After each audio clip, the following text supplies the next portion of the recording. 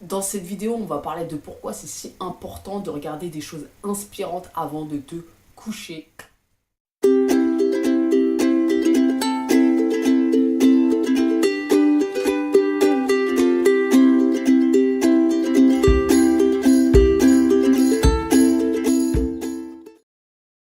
Si ça t'intéresse, je t'ai créé un petit guide. N'hésite pas à cliquer sur le lien dans la description et je t'envoie ça tout de suite. Ça s'appelle Comment foirer son année 2019 en 7 étapes simples. Et n'hésite pas à me faire un retour en répondant aux mails tout simplement. Salut les amis, bienvenue sur Joue avec la vie. Je suis choquée de voir à quel point il y a tant de personnes qui regardent des séries ultra violentes avant de se coucher, des films ultra violents et des conneries avant de se coucher.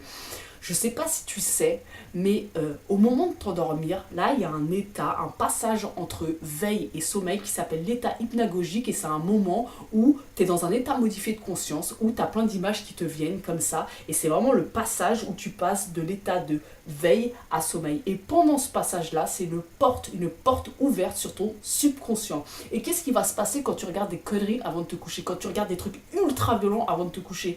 Ce qui va se passer, c'est que toute la nuit, ces choses-là, ces images-là, cette énergie-là va imprégner tes rêves. Et c'est pendant la nuit qu'on se reprogramme, qu'on fait une sorte de maintenance, si tu préfères. Et à ce moment-là, précisément le moment-là, le portail qui est entre veille et sommeil, à ce moment-là, c'est vraiment la porte d'entrée vers ton subconscient. Et il y a quoi dans ton subconscient? Et bien, il y a tes croyances. Je sais pas si tu as déjà entendu parler de la loi d'attraction, j'imagine que oui. Et la loi d'attraction, elle te dit un truc, elle te dit que tes pensées et tes émotions créent ta réalité. Alors ça, c'est une vision parcellaire du truc parce qu'en fait, avant tes pensées, il y a quoi? Il y a tes croyances. Tes croyances, ce que tu crois vrai, ça détermine tes pensées qui elles-mêmes engendrent des émotions, qui elles-mêmes engendrent des actions et c'est ces actions qui vont faire que tu vas prendre telle ou telle direction, que tu vas avoir la vie de telle ou telle façon.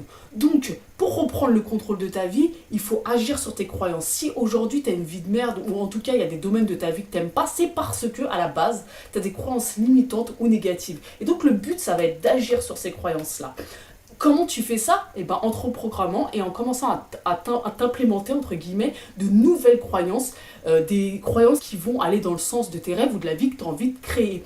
Et au moment de s'endormir, là, quand tu es en état modifié de conscience, c'est un passage qui est super important où tu peux te reprogrammer vraiment.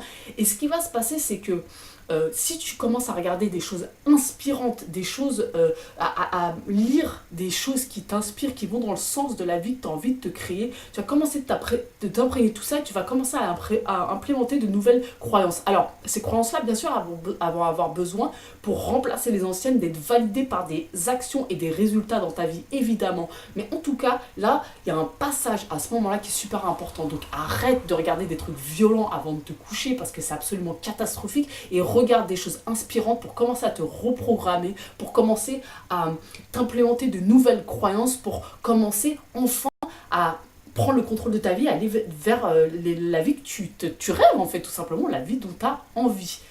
Voilà les amis pour la petite vidéo du jour, on se retrouve demain et surtout n'hésite pas à t'abonner à la chaîne si tout mon petit bazar sur Joue avec la vie t'intéresse ou à commenter parce que je vais répondre à tous les coms avec grand plaisir. Ciao.